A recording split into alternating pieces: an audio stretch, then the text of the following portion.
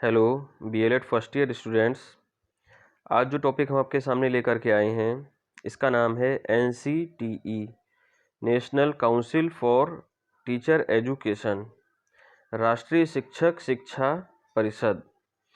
छात्रों, जैसा कि नाम से स्पष्ट हो रहा है, national council for teacher education यानी कि एक ऐसी काउंसिल है ये जो कि टीचर एजुकेशन के लिए कार्य कर रही है। यानी कि ऐसे लोग जो कि टीचर बनने के लिए ट्रेनिंग प्राप्त करते हैं, इससे संबंधित जो भी ट्रेनिंग कोर्सेज चलाए जा रहे हैं, शिक्षण कोर्सेज चलाए जा रहे हैं, वो सारे एनसीटीई के अंतर्गत आते हैं। यानी कि अध्यापक बनने का प्रशिक्षण प्रदान करना, ये सारी गतिविधियां जो है वो एनसीटीई के अंतर्गत आती हैं।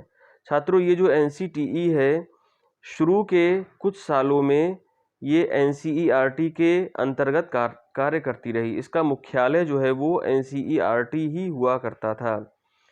और जैसा कि पिछला टॉपिक हम लोगों ने एनसीईआरटी ही पढ़ा था, तो एनसीटीई जो है वो एनसीईआरटी के मुख्यालय में ही कार्य कर रहा था। इसके बाद 1973 में 1973 में इस परिषद को एनसीईआरटी से अलग एक वैधानिक दर्जा प्रदान कर दिया गया और 1995 में इसे एक विधेयक प्रस्तुत करके, संसद में एक विधेयक प्रस्तुत करके इसे स्वायत्तता प्रदान की गई। तो छात्रों, ये जो है एनसीटीई का कुछ सामान्य परिचय, इसके बारे में कुछ सामान्य जानकारी है। अब हम बात करते हैं राष्ट्रीय शिक्षक शिक्षा परिषद के उद्देश्य एवं कार्य, यानी एनसीटीई के उद्देश्य और कार्य कौन कौन से हैं। सबसे पहले, शिक्षक शिक्षा के विभिन्न पहलुओं के संबंध में केंद्र एवं प्रांतीय सरकारों और यूजीसी एवं विश्वविद्यालयों को सलाह देना। यानी शिक्षक शिक्षा यानी टीचर एजुकेशन के संबंध में जो भी पहलू हैं उनके बारे में केंद्र सरकार, प्रांतीय सरकार और यूजीसी एवं विश्वविद्यालयों को सलाह देना, ये एनसीटीई का प्रमुख कार्य है।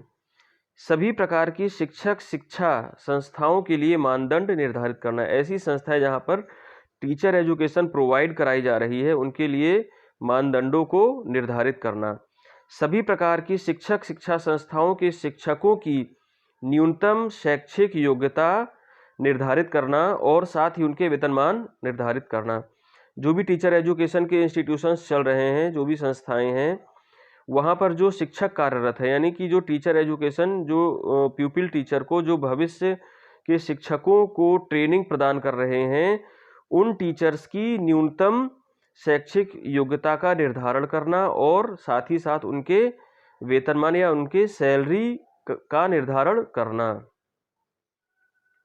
सभी प्रकार की शिक्षक शिक्षा संस्थाओं के लिए पाठ्यक्रम निर्धारित करना और समय समय पर नए पाठ्यक्रम शुरू करना। जो टीचर एजुकेशन इंस्टीट्यूशंस हैं, शिक्षक संस्थाएं हैं, शिक्षक शिक्षा संस्थाएं हैं, उनके लिए पाठ्यक्रम का निर्धारण करना और समय समय पर नए कोर्सेज को, नए पाठ्यक्रम को भी शुरू करना। सभी स्तर के सेवारत शिक्षकों के लिए पुनर्बोधन कार्यक्रमों का निर्माण करना। जो सेवारत शिक्षक है उनके लिए पुनर्बोधन कार्यक्रमों का निर्माण करना एनसीटीई के अंतर्गत आता है। सभी प्रकार की शिक्षक शिक्षा संस्थाओं में अभ्यर्थियों की न्यूनतम योग्यता निर्धारित करना और उनकी चयन प्रक्रिया के संबंध में सलाह लेना। जो टीचर एजुकेशन इंस्टीट्यूशंस है, वहाँ पर जो बच्चे एडमिशन लेंगे, उनके लिए जो न्यूनतम योग्यता है, उस न्यूनतम योग्यता का निर्धारण करना कि कम से कम कितनी एलिजिबिलिटी या अर्हता होनी चाहिए, उसके बेस पर उनका एडमिशन लिया जाए। और जो चयन प्रक्रिया है, चयन प्रक्रिया कैसी हो, किस बेस पर चयन लिया जाए, उसके संबंध में सलाह देना। सभी प्रकार की शिक्षक शिक्षा संस्थाओं के लिए शिक्षण शुल्क, अन्य शुल्क एवं छात्रवृत्तियों का निर्धारण करना। जो टीचर एजुकेशन के कार्यक्रम चल रहे हैं, उसमें अलग अलग तरह के, अलग अलग स्तरों के आधार पर जो टीचर एजुकेशन कार्यक्रम चलते हैं, उनके लिए हर कोर्सेज में, हर स्तर के आधार पर जो टीचर एजुकेशन प्रोग्राम चल रहे हैं, उसके लिए शिक्षण शुल्क यानी फीस कितनी ली जाएगी उसका निर्धारण करना, अन्य शुल्क इसके फीस के अतिरिक्त जो भी शुल्क होंगे, जो ट्यूशन फीस के अलावा जो अन्य शुल्क होंगे वो, एवं छात्रवृत्तियों का निर्धारण करना या उनके छात्रों को जो छात्रवृत्तियां प्रदान की जाएंगी उसका निर्धारण करना एनसीटी के अंतर्गत आता है। किसी भी प्रकार की नई शिक्षा संस्था को मान्यता देने से पहले उसका निरीक्षण कराना और मानदंड पूरा करने पर मान्यता प्रदान करना। जो कोई भी अगर नई शिक्षा संस्था, कोई नया कॉलेज या इंस्टीट्यूशन टीचर एजुकेशन से रिलेटेड अगर कोई खोल रहा है, ओपन हो रहा है, तो उसके लिए जो मान्यता देने से पहले उसका निरीक्षण करना और वहाँ पर जो निर्धारित मानदंड हैं अगर वो इंस्टीट्यूशन उसको पूरा कर रहा है उसके पश्चात ही उस इंस्टीट्यूशन को मान्यता प्रदान करना।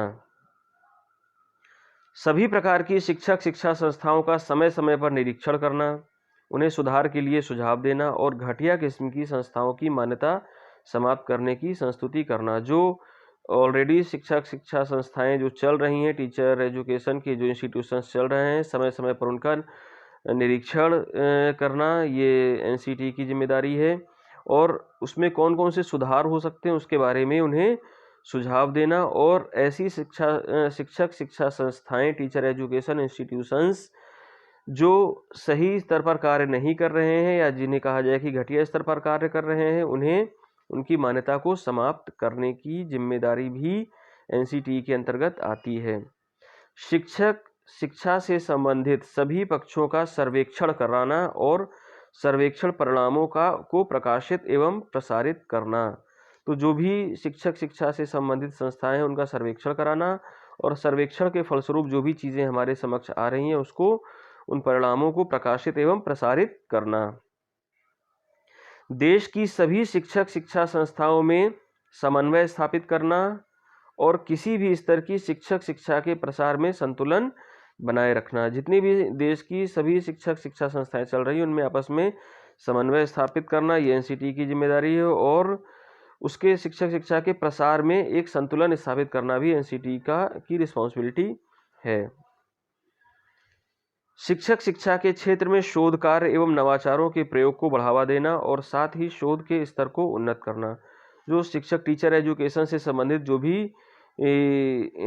जो रिसर्चेज हैं उनको जो है या जो नवाचार, जो नई चीज़ें आ रही हैं उनको बढ़ावा देना, उनको प्रमोट करना और शिक्षा के क्षेत्र में शोध के स्तर को उन्नत करना, ये कार्य भी एनसीटी के अंतर्गत आता है।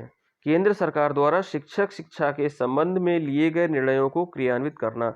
जो केंद्र सरकार शिक्षा के संबंध में जो भी निर्णय ले रहे हैं उनको क्रियान्वित करना, उनका क्रियान्वयन कराना, ये भी एनसीटी की रिस्पॉन्सिबिलिटी है।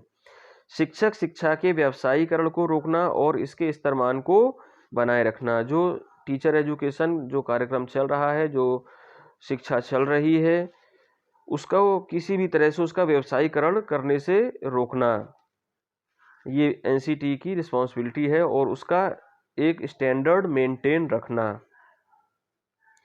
शिक्षा के क्षेत्र में अंतर्राष्ट्रीय स्तर पर संबंध स्थापित करना, नई नई जानकारियां प्राप्त करना और उपयोगी तथ्यों का लाभ उठाना। जो अंतर्राष्ट्रीय स्तर पर जो शिक्षा के क्षेत्र में जो भी नई नई जानकारियां मिल रही हैं या जो गतिविधियां हो रही हैं उनके बारे में जानकारी प्राप्त करते हुए उसमें से हम उससे क्या लाभ उठा सकते हैं इसके बारे में भी बताना और उसे शिक्षा के क्षेत्र में अप्लाई करना।